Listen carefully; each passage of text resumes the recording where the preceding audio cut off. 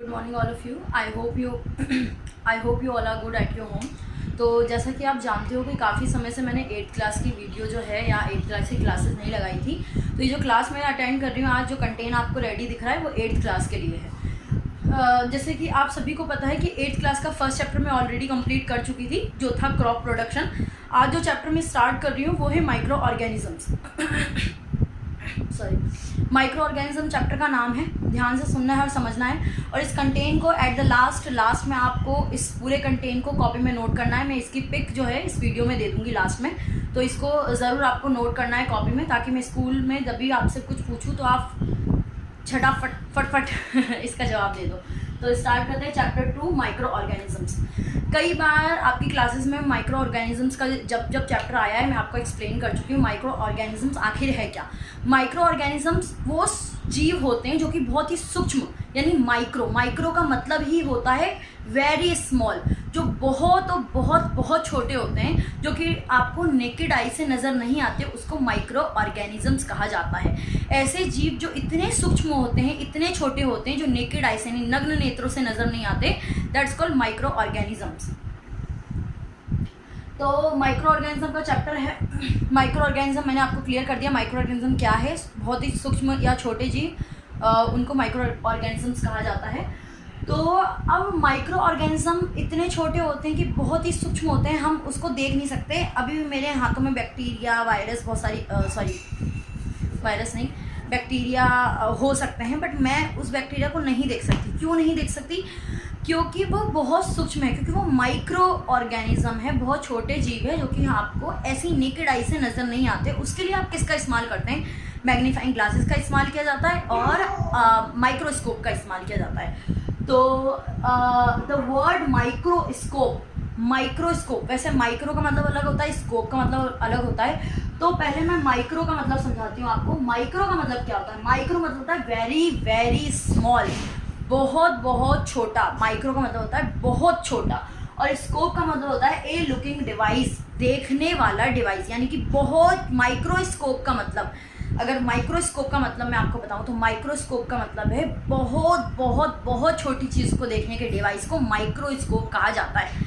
वैसे यहाँ पे मैंने क्लियर नहीं किया है, बट आपको छोटी सी बात बता दूं कि माइक्रोस्कोप जो होता है आपका, वो माइक्रोस्कोप दो तरह के होते हैं। एक तो लाइट माइक्रोस्कोप होता है और एक इलेक्ट्रिक माइक्रोस्कोप है। स्कोप होता है, माइक्रोस्कोप होता है इलेक्ट्रिक माइक्रोस्कोप। और वो माइक्रोस्कोप क्या होता है? जो इलेक्ट्रिक माइक्रोस्कोप होता है, देखो पहले मैं लाइट बता देती हूँ। लाइट माइक्रोस्कोप आपके जनरली क्या स्कूलों के लैब में आपको मिलेगा, वहाँ पाया जाता है। और इलेक्ट्रिक माइक्रोस्कोप है वो लैब वगैरह में पाया जाता है, जो कि माइक्रो ऑर्गेनिजम्स को देखने का काम करता है। मतलब लैब में स्टडी की जाती है माइक्रो ऑर्गेनिजम्स को लेकर, तो उस दौरान इलेक्ट्रिक माइक्रोस्कोप का इस्तेमाल किया जाता है। In the sense micro organisms कहाँ पाए जाते हैं? तो सबसे पहले देखना, फेरेबल कंडीशन में, अनफेरेबल कंडीशन में, दोनों ही कंडीशन में माइक्रोस्कोप जो है वो पाए जाते हैं। जैसे कि कुछ एग्जांपल मैंने यहाँ पे दिए हैं: air, water, ponds, lake, river, soil, even inside the body. मतलब हवा, पानी, नदी, तालाब, झरना, मिट्टी, और यहाँ तक कि आपके शरीर में भी माइक्रोस्कोप पाए जाते हैं, माइक्रो ऑर्गेनिज्म पाए जाते हैं, सॉरी फॉर मिस्टेक। तो माइक्रो ऑर्गेनिजम्स हर एक अनफेरेबल कंडीशन और फेरेबल कंडीशन, दोनों ही कंडीशंस में, यानी कि हवा, पानी, मिट्टी, जलवायु, हर जगह माइक्रो ऑर्गेनिज्म, यहाँ तक कि आपके शरीर में भी माइक्रो ऑर्गेनिजम्स पाए जाते हैं, जिनका कुछ अलग अलग तरीके का काम होता है। तो यहाँ तक मे बी आई होप कि आपको क्लियर होगा यहाँ तक।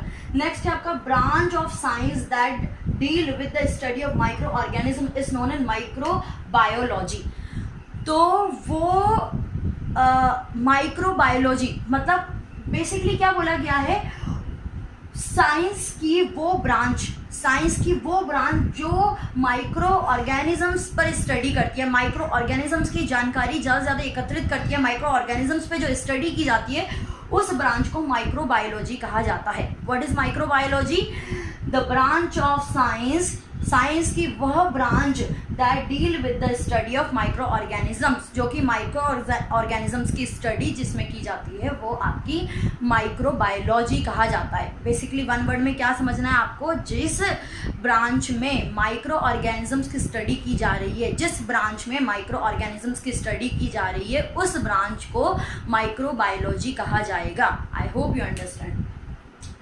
तो the scientist who study microbiology, जो साइंटिस्ट माइक्रोबायोलॉजी की स्टडी करते हैं, जो साइंटिस्ट माइक्रोबायोलॉजी की स्टडी करते हैं उनको माइक्रोबायोलॉजिस्ट कहा जाता है, माइक्रोबायोलॉजिस्ट कहा जाता है, माइक्रोबायोलॉजिस्ट कहा जाता है। जो साइंटिस्ट माइक्रोबायोलॉजी क्या है, माइक्रोबायोलॉजी माइक्रो ऑर्गेनिजम्स के बारे में स्टडी करने को माइक्रोबायोलॉजी कहा जाता है। माइक्रोबायोलॉजी की जो स्टडी करते हैं उन जो साइंटिस्ट माइक्रोबायोलॉजी की स्टडी करते हैं वो माइक्रोबायोलॉजिस्ट कहा जाता है, उनको माइक्रोबायोलॉजिस्ट। अगर कोई आप किसी का प्रोफेशन पूछते हैं और वो बोलते हैं मैं माइक्रोबायोलॉजिस्ट हूँ, इसका मतलब है कि वो माइक्रो ऑर्गेनिजम्स की स्टडी करते हैं, या आप बोल सकते हो माइक्रोबायोलॉजी की वो स्टडी करते हैं, इसीलिए उनको माइक्रोबायोलॉजिस्ट कहा जाता है।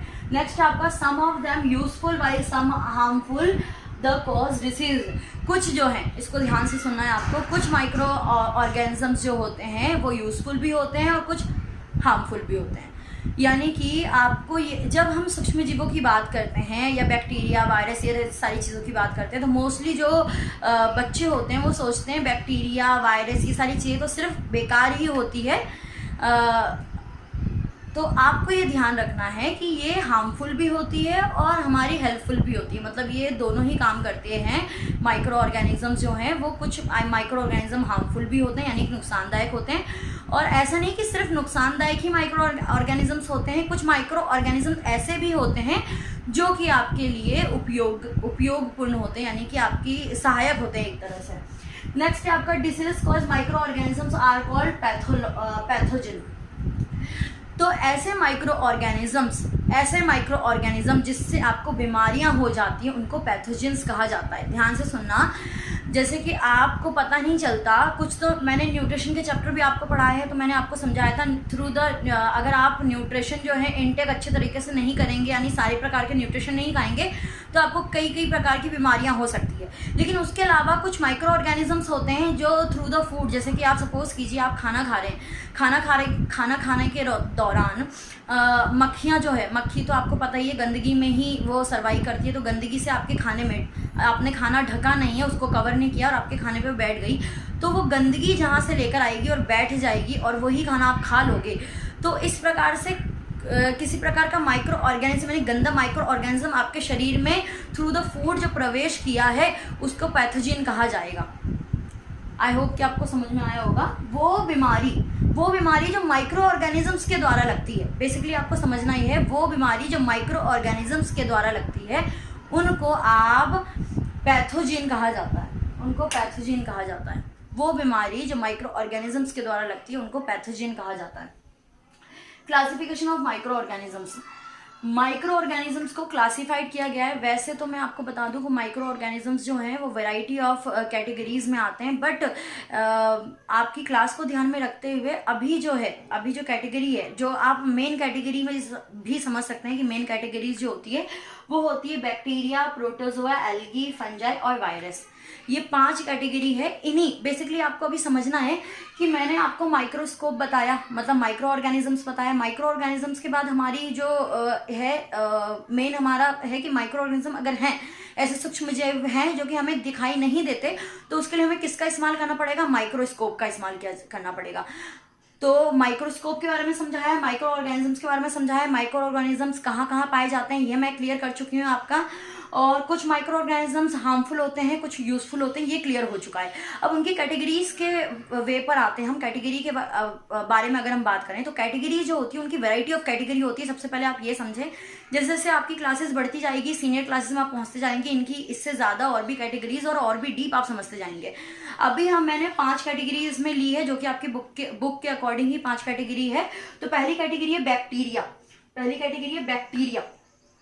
तो हम क्या है बैक्टीरिया के बारे में भी जानेंगे। तो सबसे पहले आपको ध्यान ये रखना है, ये हमारा कॉन्सेप्ट पूरा क्लियर हो चुका है। नेक्स्ट है आपका classification of micro organisms.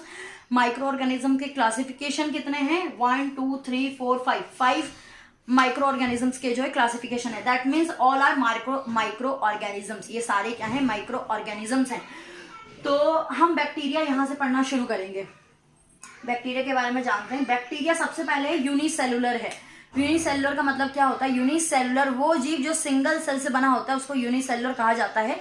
Multi cellular जो बहुत सारे सेल से बनता है वो मल्टी सेलुलर कहलाता है। अभी आपको समझना ये है, हमने कैटेगरीज माइक्रो ऑर्गेनिजम्स की देख ली। फर्स्ट माइक्रो ऑर्गेनिज्म हमने उठाया है, मतलब फर्स्ट माइक्रो ऑर्गेनिज्म के बारे में हम पढ़ रहे हैं। तो वो फर्स्ट माइक्रो ऑर्गेनिज्म जो है वो है बैक्टीरिया। बैक्टीरिया के बारे में अगर हम फर्स्ट पॉइंट पढ़े तो बैक्टीरिया यूनिसेलुलर ऑर्गेनिज्म यानी कि सिंगल सेल से बना हुआ ऑर्गेनिज्म होता है बैक्टीरिया। नेक्स्ट है आपका single cell is known the bacterium. जो सिंगल सेल होता है बैक्टीरिया का यानी कि सिंगल सेल का ही बना होता है, सिंगल सेल की अगर हम बात करें तो उसको बैक्टीरियम कहा जाता है। ठीक है, बैक्टीरियम कहा जाता है।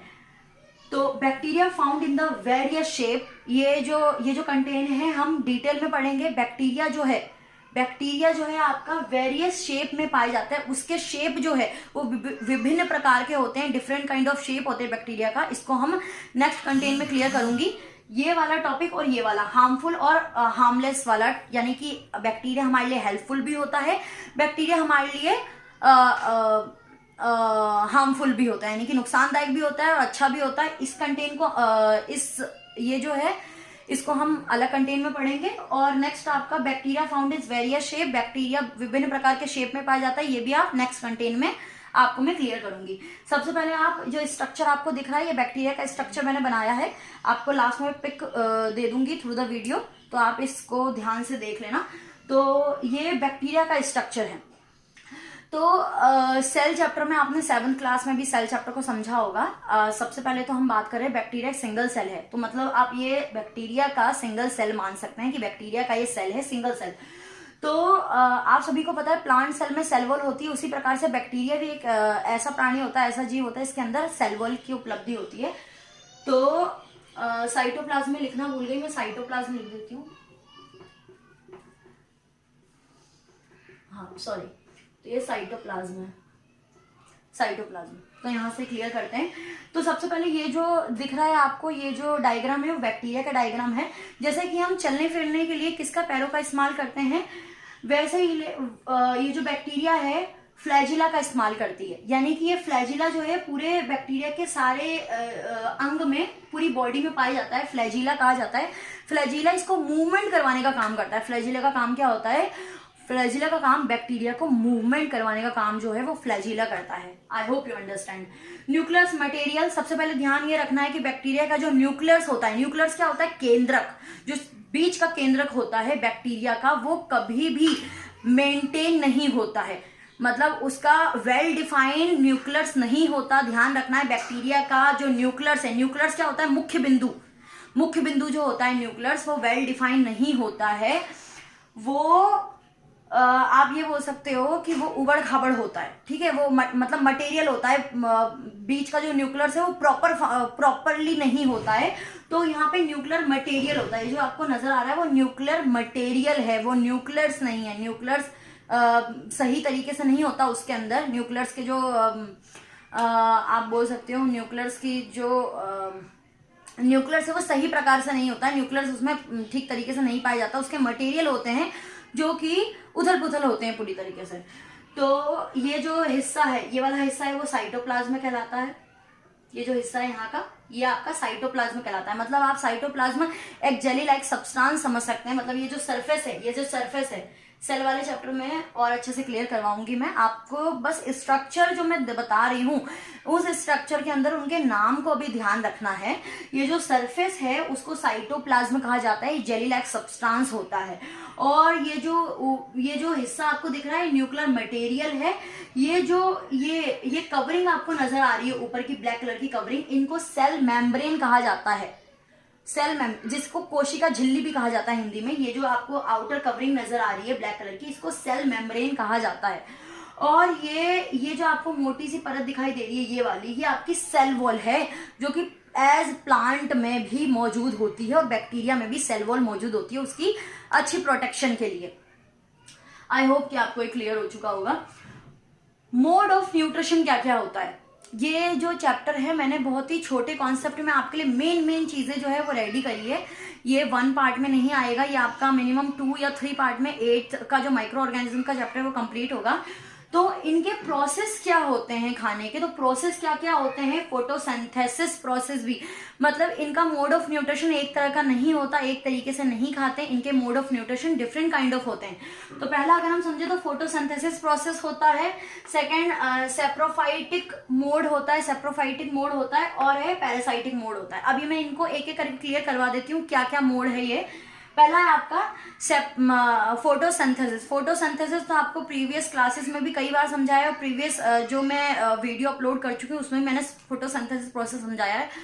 जो प्रक्रिया जिसमें पानी का, सूरज की रोशनी का, वाटर का, क्लोरोफिल का, इन चारों का इस्तेमाल करके प्लांट अपना खाना बनाते हैं, उन प्रोसेस को फोटोसिंथेसिस प्रोसेस कहा जाता है। तो ये फोटोसिंथेसिस प्रोसेस बैक्टीरिया भी करते हैं, तो इनका मोड ऑफ न्यूट्रिशन डिफरेंट होता है। तो ये फोटोसिंथेसिस प्रोसेस भी करते हैं। ये सेप्रोफाइटिक मोड वो होता है जिसके अंदर एक जीव जो है वो सड़े गले पदार्थ को इनहेल करता है, यानी सड़े गले पदार्थ को खाता है, उसको आप सेप्रोफाइटिक मोड कहते हैं। सड़े गले या डेड और डिकेइंग प्लांट एंड एनिमल या डेड डिकेन ऑर्गेनिक मैटर को जो खाते हैं, जो जीव सड़े गले पदार्थ को खाते हैं, उनको सेप्रोफाइटिक मोड कहते हैं। और बैक्टीरिया ये प्रकार का प्रोसेस भी लेता है अपने मोड ऑफ न्यूट्रिशन के लिए। बैक्टीरिया मैं आपको बता रही हूँ, बैक्टीरिया विभिन्न प्रकार से खाना खाता है, उसका प्रोसेस विभिन्न होता है, अलग अलग प्रोसेस होता है। तो हमने फोटोसिंथेसिस प्रोसेस क्लियर कर लिया, हमने सेप्रोफाइटिक मोड क्लियर कर लिया। नेक्स्ट हमारा पैरासाइटिक मोड। पैरासाइट वो जीव होते हैं जो कि दूसरों के शरीर में रह के अपना न्यूट्रिशन को गेन करते हैं, दूसरों के शरीर में बिना उनको नुकसान पहुंचाए वो अपना न्यूट्रिशन को गेन करते हैं, उनको पैरासाइटिक कहा जाता है। जैसे कि मच्छर है, मच्छर के काटने से आप मर तो नहीं जाते, लेकिन हाँ वो आपका खून चूसता है, लेकिन उनसे मच्छर के काटने से आपकी मृत्यु हो जाती नहीं होती है, वो पैरासाइटिक जीव कहलाते हैं। ऐसे जीव जंतु जो अपना खाना किसी दूसरे की बॉडी से इनटेक करता है, दूसरे के शरीर से लेता है बिना उसको नुकसान पहुंचाए, उस मोड को पैरासाइटिक मोड कहा जाता है। तो इस प्रकार के कुछ मोड का इस्तेमाल जो है, न्यूट्रिशन मोड का इस्तेमाल है, वो बैक्टीरिया खाना खाने के लिए इस्तेमाल करते हैं। बैक्टीरिया जो है वो हार्मफुल और हार्मलेस होते हैं, एक नुकसानदायक भी होते हैं और एक हमारी सहायता के लिए भी होते हैं। 2 प्रकार के बैक्टीरिया की कैटेगरीज होती है। तो इसको और इसको, जैसे कि मैंने आपको बताया, बैक्टीरिया के शेप को और बैक्टीरिया हार्मफुल और हार्मलेस को हम नेक्स्ट कंटेंट में कंप्लीट करेंगे। ये हमारा छोटा सा टॉपिक है। आई होप कि वीडियो आपको समझ में आई होगी। Have a good day.